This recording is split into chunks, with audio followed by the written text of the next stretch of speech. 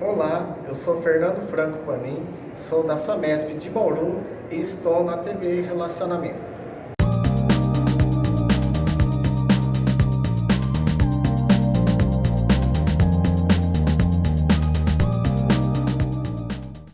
Olá, internautas! Iniciamos mais um programa Gestão Executiva e hoje nós vamos falar de uma área importantíssima que afeta a gente todos os dias. Yara Goulart, gratidão aí pela tua presença. Nós vamos falar sobre engenharia de alimentos. Isso.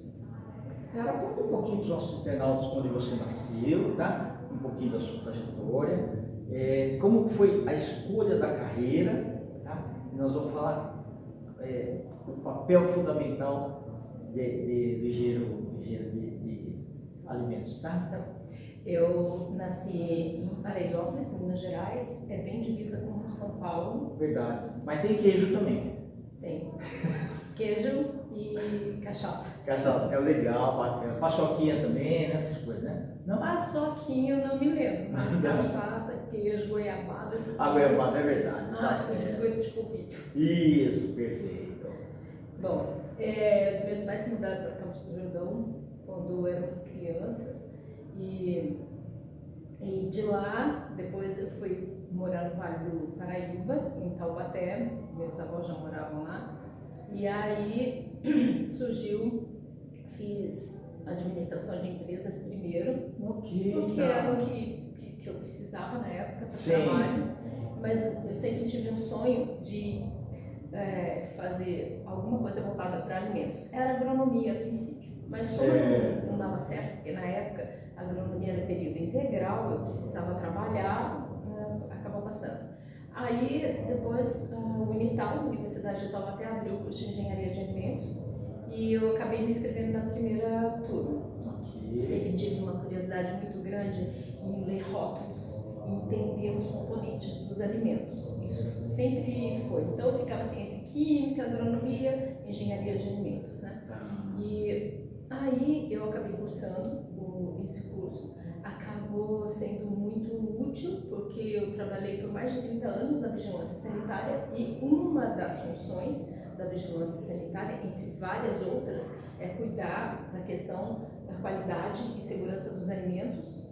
Perfeito. E o profissional, o engenheiro de alimentos, é uma profissão extremamente versátil, né? Ele cuida da área da produção de matérias-primas, primeiro. Então toda a indústria de alimentos tem um engenheiro de alimentos, basicamente, né? Nem todas, porque a legislação ela exige para algumas categorias principais, como, por exemplo, alimentos você tem na área da agricultura e tem na área da saúde, que seria a vigilância sanitária. Tá. Então, os alimentos de origem animal são legalizados na agricultura. E os alimentos de outra origem, vegetal, por exemplo, são legalizados na Secretaria da Saúde, Anvisa, vigilâncias municipais. E aí, quando esse profissional começa a trabalhar, ele está cuidando da questão da produção de matéria-prima, né? O agrônomo vai até a produção, por exemplo, de uma fruta. Ok, tá. Né? Aí, quando começa a falar em transporte, é vigilância sanitária, se for uma fruta, por exemplo, vigilância sanitária. Depois, e o engenheiro de alimentos já começa a acompanhar dali.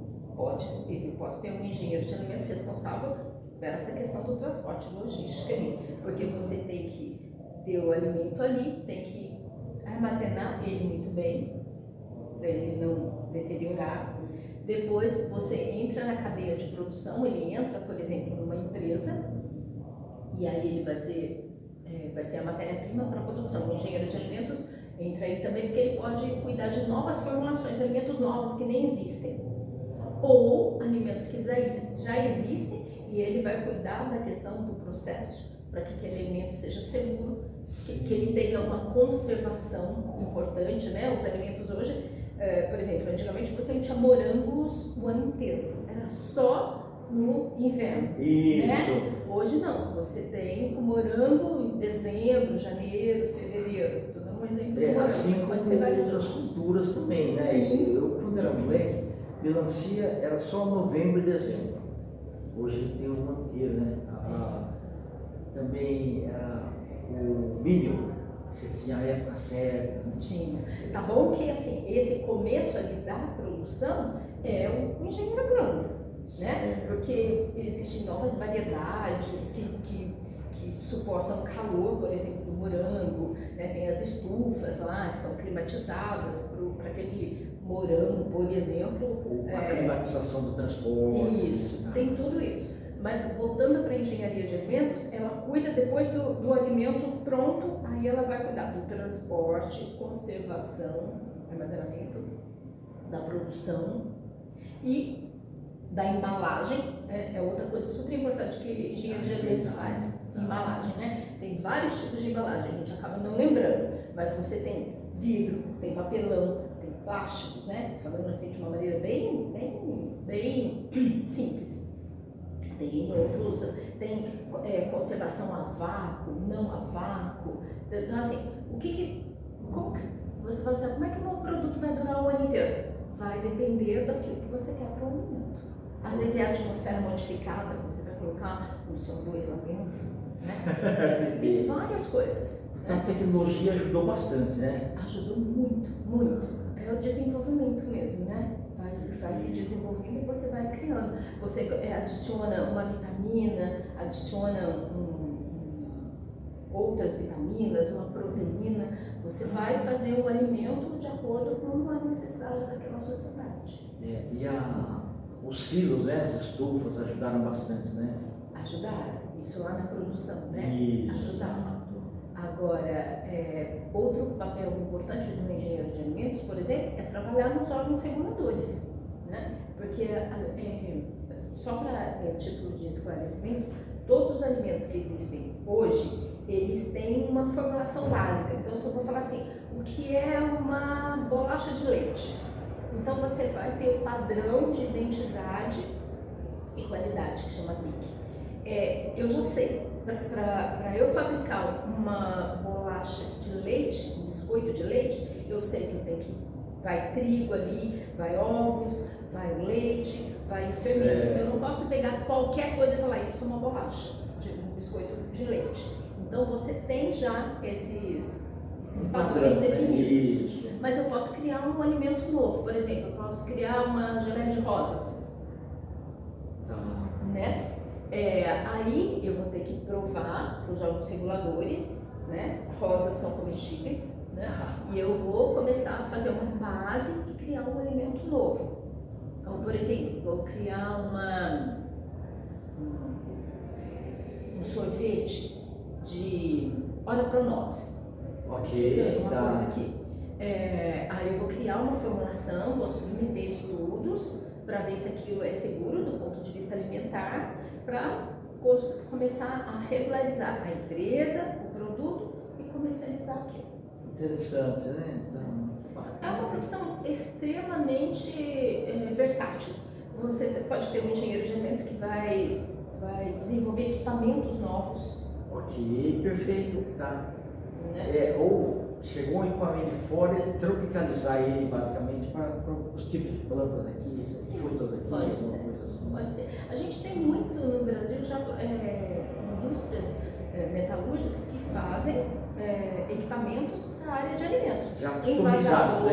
Isso, já fazem envasadores. Até porque as tecnologias ou são criadas aqui ou vêm de fora e você faz uma adaptação ou uma coisa assim, ou desenvolve um equipamento novo, né? Por exemplo, hoje em dia, se a gente for ver indústria de salgados, antigamente eram moldados à mão os salgados, sim, né? Hoje não, você coloca subgelador, você coloca laranja, ela já espreme, já invasa, sai lá na ponta. Até uma coisa caseira.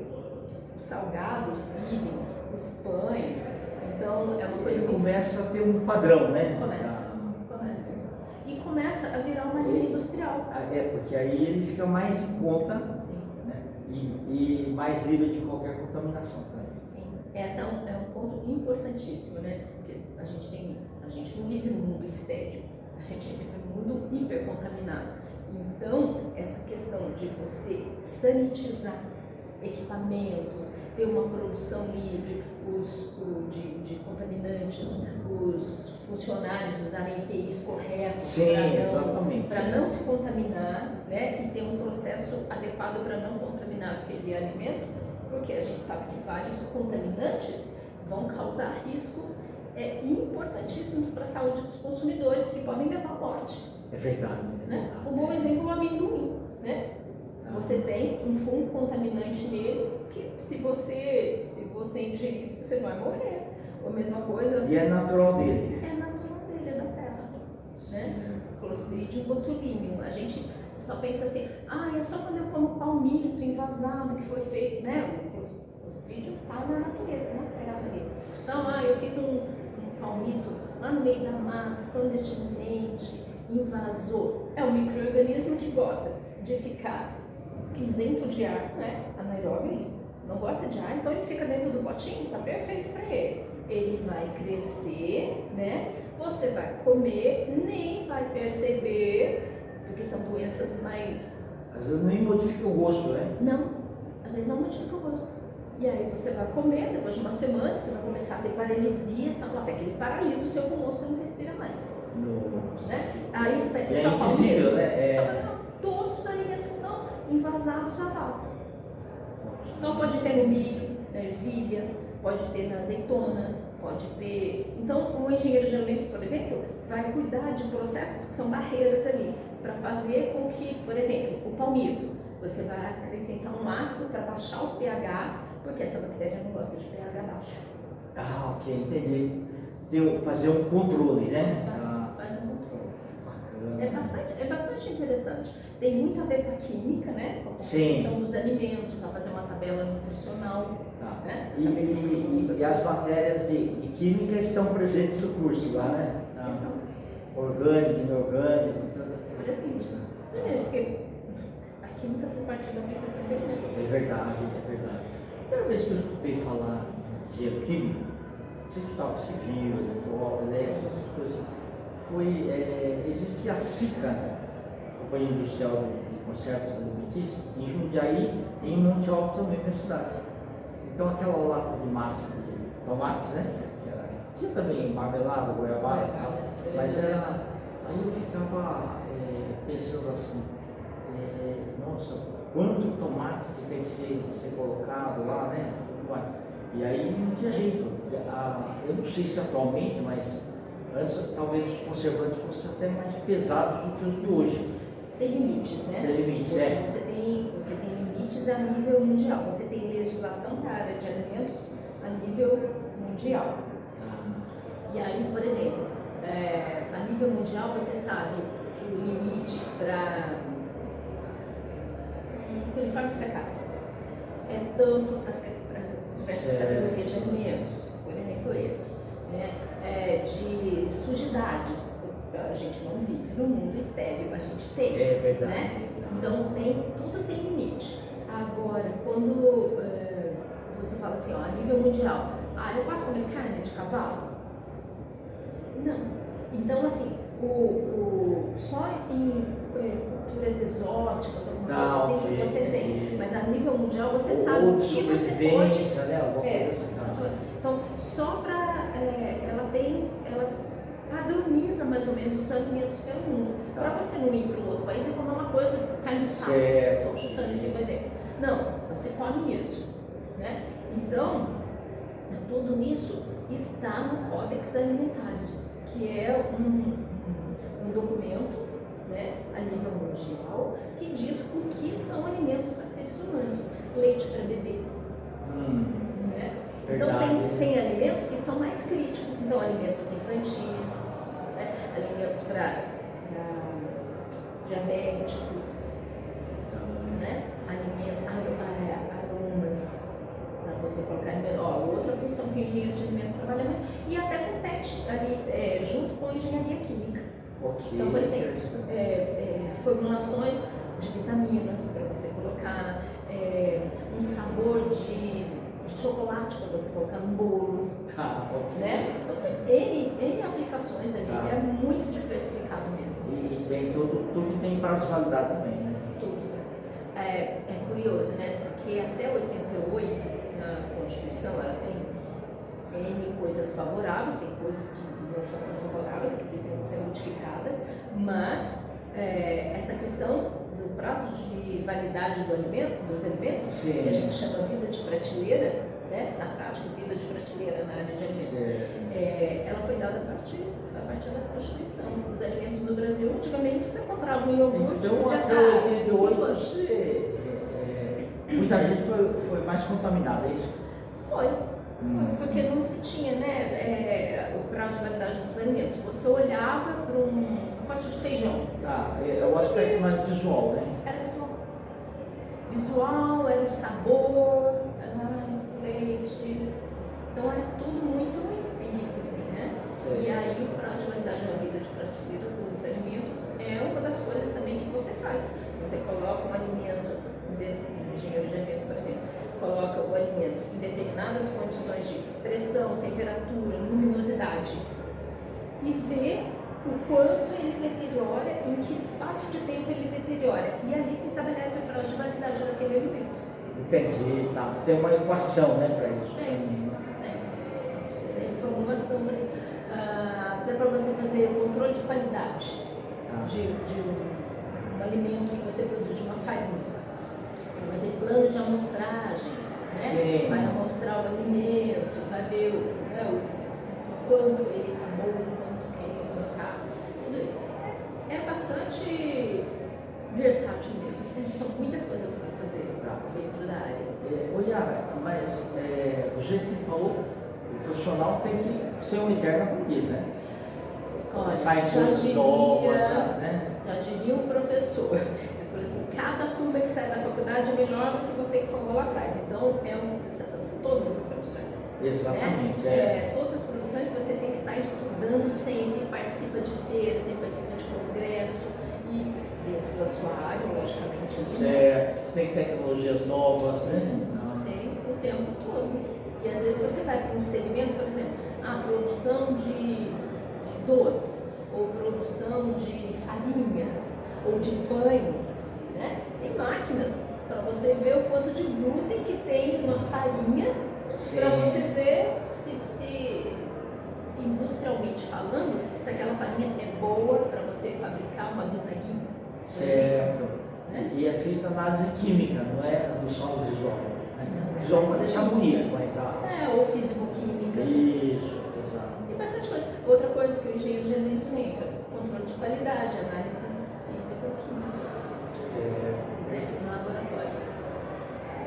Tem uma diversidade enorme para se trabalhar, né? O profissional às vezes sai da faculdade e fala assim, o que eu vou fazer? Porque quando a gente sai da faculdade, a gente serve para tudo, todas as opções, mas a gente não sabe a fundo nada, né? A faculdade é uma base ali. Você começa a trabalhar naquela área, aí você começa isso. Aí você começa a se diversificar, a entrar naquela área e entender melhor o que está acontecendo. Perfeito. Tá ótimo. Yara, nós estamos aí nos finais, tá? Te agradeço também. Você quer deixar algum contato se a gente tiver alguma dúvida? Se alguém precisar, pode entrar em contato através do telefone, podia ser. Por favor, tá, código de área. Meu código é 12, o telefone é 98196-9310. ymr.goulart@gmail.com. Tá, nós vamos escrever aqui. Tá bom, Gratidão. muito obrigada. Muito obrigado. Precisando? Tá ótimo. Obrigada. Internautas, os agradecimentos então a essa fantástica profissional, engenheira de alimentos, que nos brindou aqui com informações valiosíssimas, né, sobre essa profissão. Então, agradecimentos aí a Yara Goulart, né, e votos de sucesso. Obrigada, estou à disposição. Um grande abraço e até a próxima.